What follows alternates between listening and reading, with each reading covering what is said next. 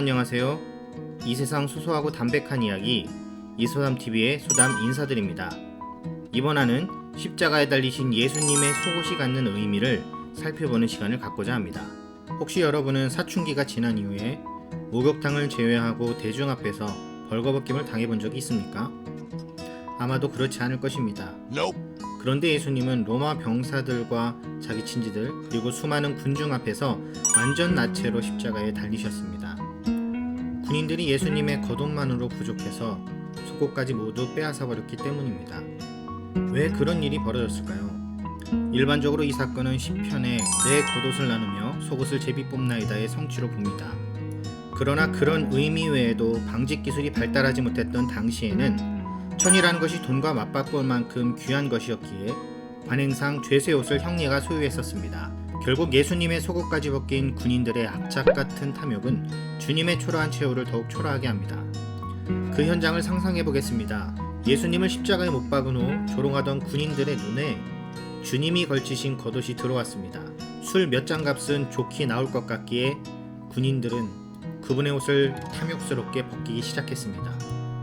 주님의 고통은 이루 말할 수 없었을 것입니다. 군인들은 벗긴 주님의 겉옷을 4조각으로 나눕니다. 이건 너무한 거 아니냐고? 지금이야 나뉜 예수님의 옷이 동서남북 4방향, 즉 세계로 퍼져나갈 십자가 복음의 상징이라고 알고 있지만 그때 그 현장에서 들리던 죽어가는 사람의 겉옷을 빼앗아 찢는 소리는 얼마나 초라하고 치욕스러웠겠습니까? 그런데 예수님의 겉옷을 벗기던 그들은 곧 놀라운 장면을 목격합니다. 겉옷이 벗겨지며 드러난 주님의 속옷은 일반 사람들이 입는 보통 속옷이 아니었던 것입니다. 이 속옷을 성경은 헬라어로 키톤이라고 기록합니다. 이 속옷은 이음새 없이 위에서 아래까지 통째로 짠 것이었습니다.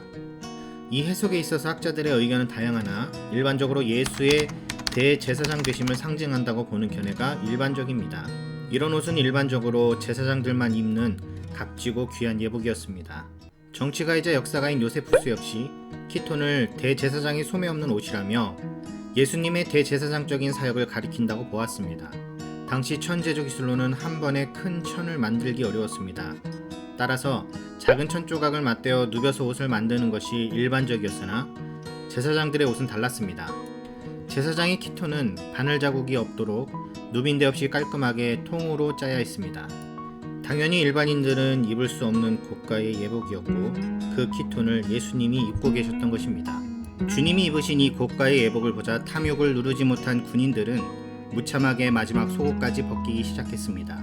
결국 예수님은 완전한 나체가 되셨고 그들은 속옷을 가운데 놓고 제비 뽑기까지 합니다. 통으로 짠 귀한 옷을 찢어 나누면 값어치가 떨어진다는 사실을 잘 알던 군인들은 이른바 밀어주기식 노름판을 벌인 것입니다. 또 그 시대 사람들에게는 이런 옷을 찢는 것은 신에 대한 정면 도전으로 인식되었기에 로마 군인들도 함부로 찢을 수 없었던 것입니다.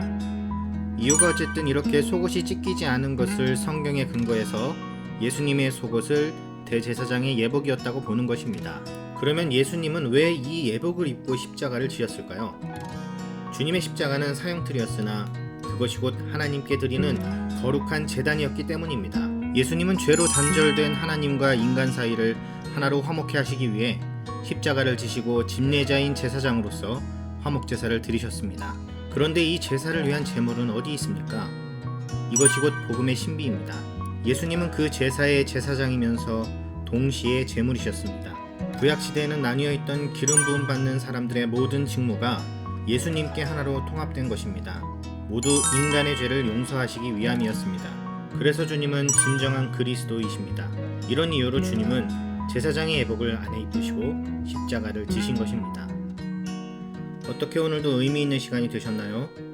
십자가 사건 때 예수님이 입으셨던 제사장의 옷은 난폭한 군인들의 손에 의해 빼앗겨 사라져 버렸습니다.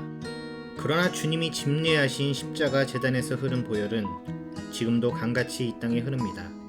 우리는 그것을 믿으면 됩니다. 그래서 예수님이 허락하시는 그 순결한 예복을 받아 죄와 허물을 가리고 하나님의 백성이라 불리면 됩니다. 아직 늦지 않았습니다.